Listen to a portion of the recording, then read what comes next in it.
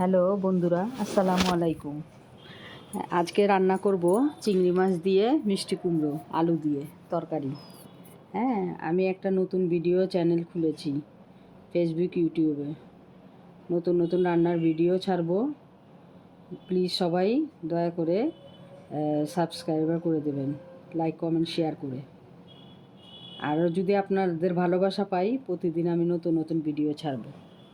তাহলে রান্নাটা শুরু করলাম। প্রথমে কড়া গরম করে তেল আর চিংড়ি মাছ দিলাম, তারপরে তেলটা গরম হয়ে আসলে পেঁয়াজ দিলাম।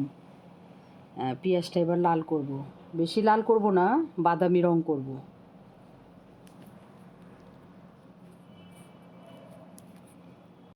পেঁয়াজটা লাল হয়ে গেল, তারপর দিলাম আদা রসুন একে একে। এবারে সব মশলা দেবো। লবণ, লঙ্কা, হাফ চামচ লঙ্কার গুঁড়ো আর হাফ চামচ হলুদের গুঁড়ো।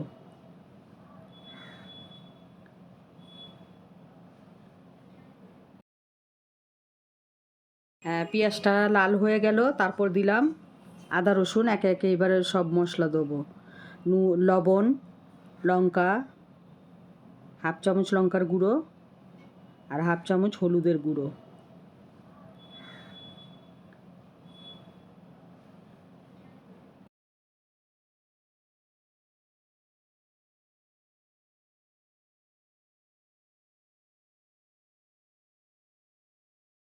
সামান্য একটু লাল লঙ্কার গুঁড়ো দিলাম, কাশ্মীরি লাল লঙ্কা।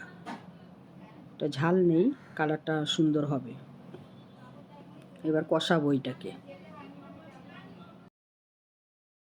এবার কষানো হয়ে গেল, মশলাটা যাতে পুড়ে না যায় ওর জন্য একটু জল দিলাম।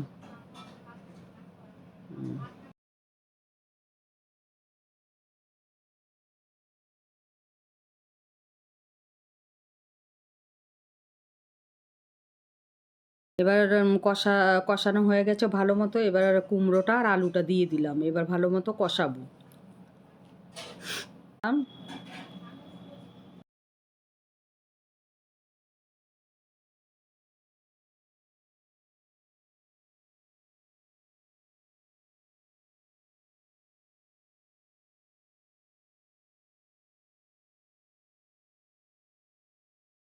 ঢাকনা দিয়ে ঢেকে দেব।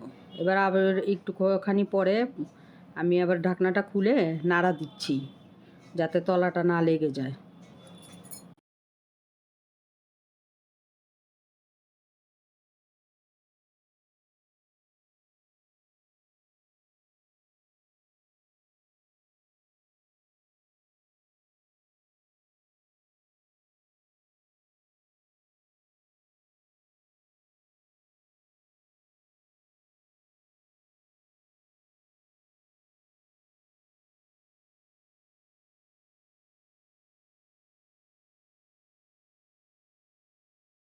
এবার জল দিয়ে দিলাম। জল দিয়ে একটু নাড়াচাড়া দিয়ে ঢেকে দেবো কুমড়োটা আলুটা গলার জন্য।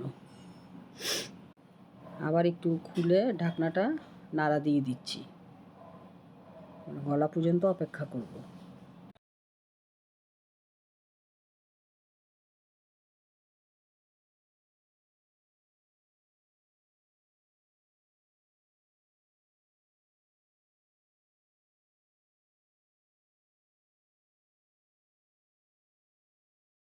সবজিগুলো গলা হয়ে গেছে, তারপর আমি ধনেপাতা কুচি আর কাঁচা লঙ্কা দিয়ে দিলাম। এবার একটুখানি স্বাদের জন্য সামান্য একটু চিনি দিয়ে দেবো। হয়ে গেছে আমার রান্না। বন্ধুরা, আপনাদের যদি ভালো লাগে লাইক কমেন্ট শেয়ার করে দেবেন।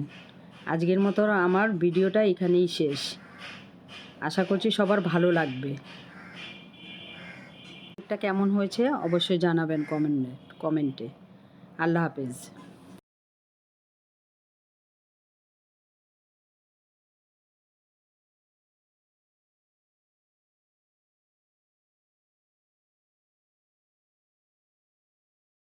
স্বাদের জন্য সামান্য একটু চিনি দিয়ে দেবো।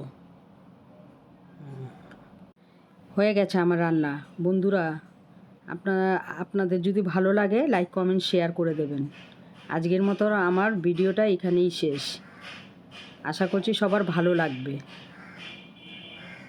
এটা কেমন হয়েছে অবশ্যই জানাবেন কমেন্টে। আল্লাহ হাফেজ।